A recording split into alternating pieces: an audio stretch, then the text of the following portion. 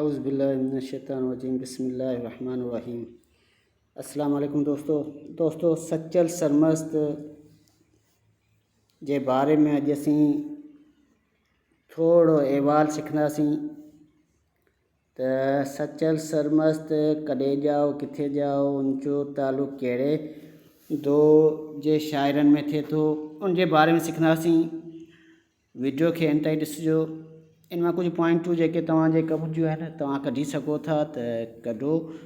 ऐं main point आहे त सच सरमस्त करे ॼाओ, ठीकु आहे न। ऐं उहे दोस्त जेके मुंहिंजे चैनल खे ॾिसी रहिया आहिनि अञा ताईं सब्सक्राइब न कयो आहे, मुंहिंजे चैनल खे सब्सक्राइब कनि, लाइक कनि, कमेंट्स कनि। Thank U. सच सरमस्त जा बैत। सच सरमस्त जो असुलु नालो मियाँ अब्दुल वहाब, ठीकु आहे। पॉइंट या नोट करण जी आहे त सच सरमस्त जो असुलु नालो मियाँ अब्दुल वहाब, पहिरीं पॉइंट। उन खां पोइ नंबर ॿी पॉइंट आहे हू सन 1152 हिजरी मुताबिक़ 1739 ईस्वी में ॼाओ। कॾहिं ॼाओ? 1152 हिजरी। जेकॾहिं सवाल में तव्हां खां हिजरी पुछा करे त तव्हां 1152 ॿुधाईंदा, जेकॾहिं ईस्वी पुछा करे त 1739।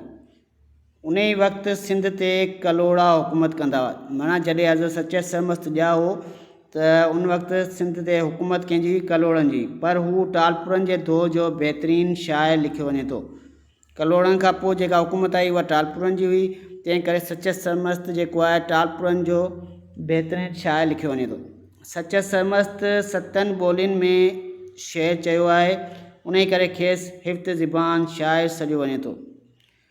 सिंध जे हिन बुज़ुर्ग ऐं शाइर 14 रमज़ान 1242 हिजरी मुताबिक़ 1827 ईस्वी में वफ़ात कई। संदसि मज़ार राणीपुर जे भरिसां तराज़ां जे ॻोठ में आहे, ठीकु आहे। 14 रमज़ान ते सच सरमस्त वफ़ात कई 1242 हिजरी। 1152 में ॼाओ, 1242 हिजरी में वफ़ात कई। 1827 ईस्वी हुई, 1827 ईस्वी। इहो सच सरमस्त जो तारुफ़ थोरो। मूंखे उमेद आहे त हीअ वीडियो तव्हांखे पसंदि ईंदी। ओके, अल्लाह हाफ़िज़, टेक केयर।